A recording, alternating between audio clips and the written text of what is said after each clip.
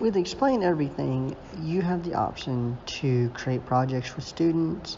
They can invite friends to, look at their projects. You can enter a code and allow people to join another project. The projects can be shared on a variety of platforms. They can be uploaded to their own cloud that this service has. There's also, you can draw things on it. You can insert text. You can insert pictures, as I've done in my example. There's just a lot of possibilities with this. You can enter audio, and with this app, students can, they can use this instead of getting poster board or things like that. It even has a cloud service on this app, so that students don't have to worry about losing their data or things like that. And it can be used on phones, it can be used online, it can be used on just all kinds of things. And I just think this is just a really great tool, and it's really interesting. It's fun to play with. It's really user friendly. It does cost to use though, but they do give you a 30-day free trial. So I mean, it's like, if they get it done before then, well, cool, that works. Tool 2, Spending Tracker.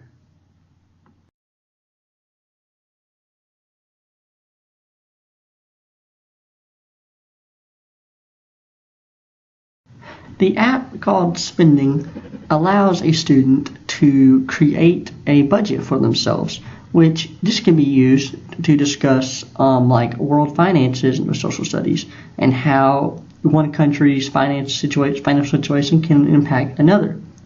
As you can see from the first picture, I have a list of my expenses from April. And then, as you can see in the middle picture, you can see how much I've spent per area. And it'll let you know, okay, you made this much money this month, you're in the hole this much, but then at the bottom it'll tell you, okay, you had this much extra right now.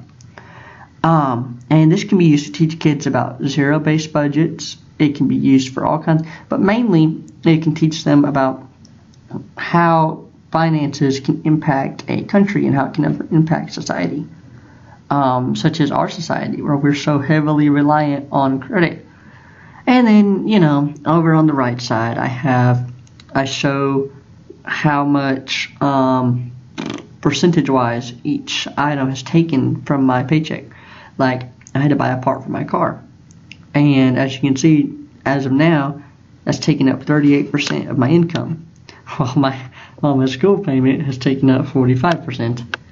And you can also see this as a money side also as well in a little chart. The thing I like about this app is that it allows you make an account and you can back up your data and such.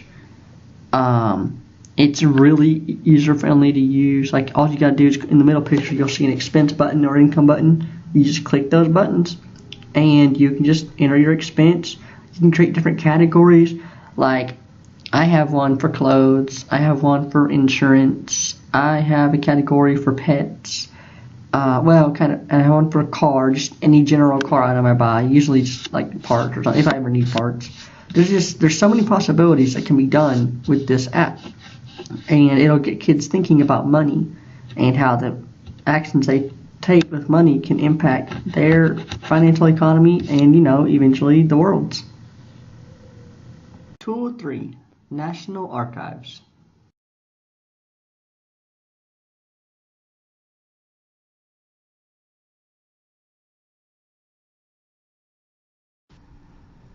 The National Archives are one of those tools that just explain itself. Because with this tool, it gives you resources to veterans records, to education resources such as documents. It lets you search the historical records on documents, photos. I believe it even helps with lesson plans. They have things where it says you can visit them, like plan a trip to the museum, which that's pretty cool. It has America's founding document. It can just be used for so many things. Plus, as you can see in my picture, it includes a daily article, which that could be used as a bell ringer. It could be used, it's just like some little homework thing to do, just anything really. It had a lot of uses in and of itself. I know a lot of students don't enjoy bell ringers, but it's easy points for them. It's just something to do before class so that they don't, cause chaos. There's just all kinds of good, interesting things on there. Like, they even have things for distance learning programs, which, if you're not familiar with that, it's where the teacher teaches from, say, Colorado, and they have a computer that they teach off of, and you just, you video chat with them to learn, and those are neat. It even has, events and programs. There's just so many ways this can be used for social studies. Tool 4, OneDrive.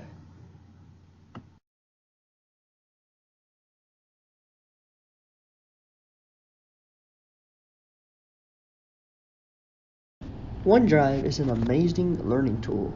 It can be used in so many ways. It can be used for the teacher to upload assignments to, and then the students, you can just share those with the students.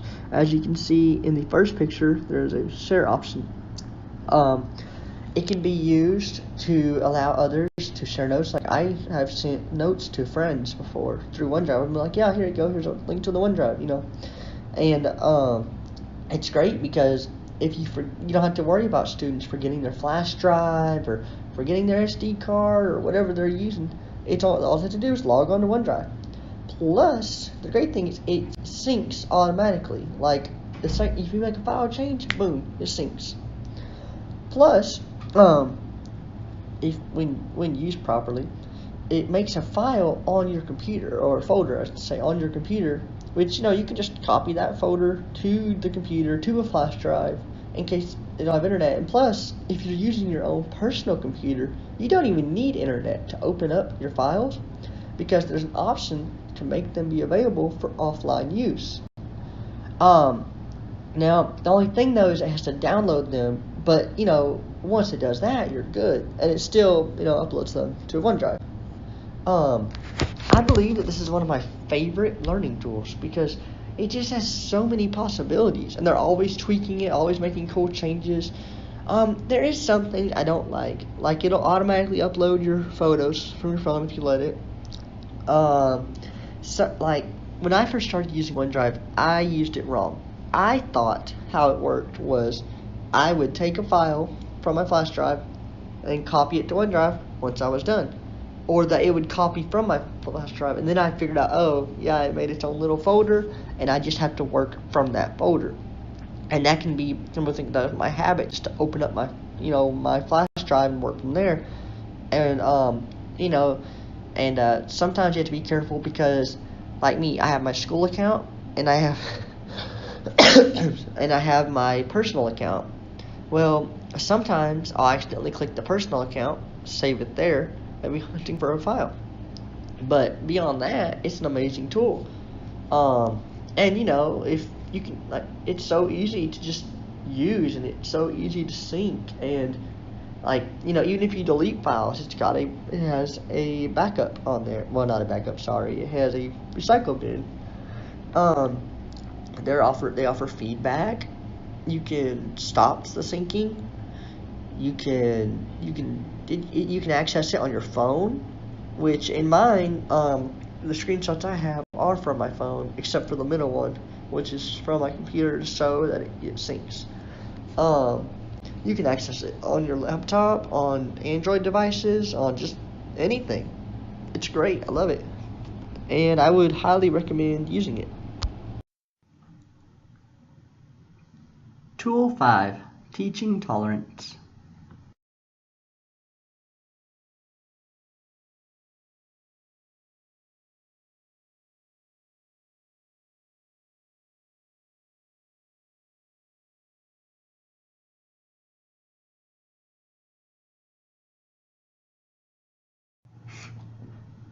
All in all, I enjoyed the project. I typically enjoy making things like this anyways, And I actually use some of these tools on a daily basis. Like I use OneDrive for my classes. I use that spending app.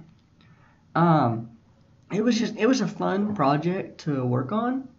It was, it was interesting, and I really like it. That I got to learn about new learning tools, like the thing about the archives. I didn't know it had all that stuff on there, and then that website about teaching tolerance and social studies, and all that, and how it can expose students to topics that they normally wouldn't talk about, and that we're normally told to shy away from and don't talk about that. And yeah, I think that a lot of these can really help students. But the thing you have to be, realize not everybody's gonna click with these. It's not gonna work for everyone. But for those it does work for, it's great. And if you can implement it in a way that nobody will be left out in a sense in working on it, or if you can really make sure that you help students who are struggling with this, with these services or devices or apps or whatever it may be, then it'll be great. And a lot of times, you can find YouTube videos. The kids will help each other out. And really, you could make a lot of these just be like, hey, here's a list of tools you can use. You don't have to, but you can. And, you just encourage students to do things on their own, because a lot of times if you make a student do something, they're not going to want to do it. But if they have the option to use something that might better themselves, okay, yeah, they're probably not going to do that either. But they might see, if you make them see the advantages of it, like with OneDrive, you make them be like, hey, you don't have to keep up with the with the flash drive. You can just make you an account and just make your password be like your student ID or something, something like that. It's easy to get on with, and that way the students, you don't have to be like have to keep up with their passwords and all this stuff. And it's really great, all these tools that we have available now, and I hope that we get more in the future.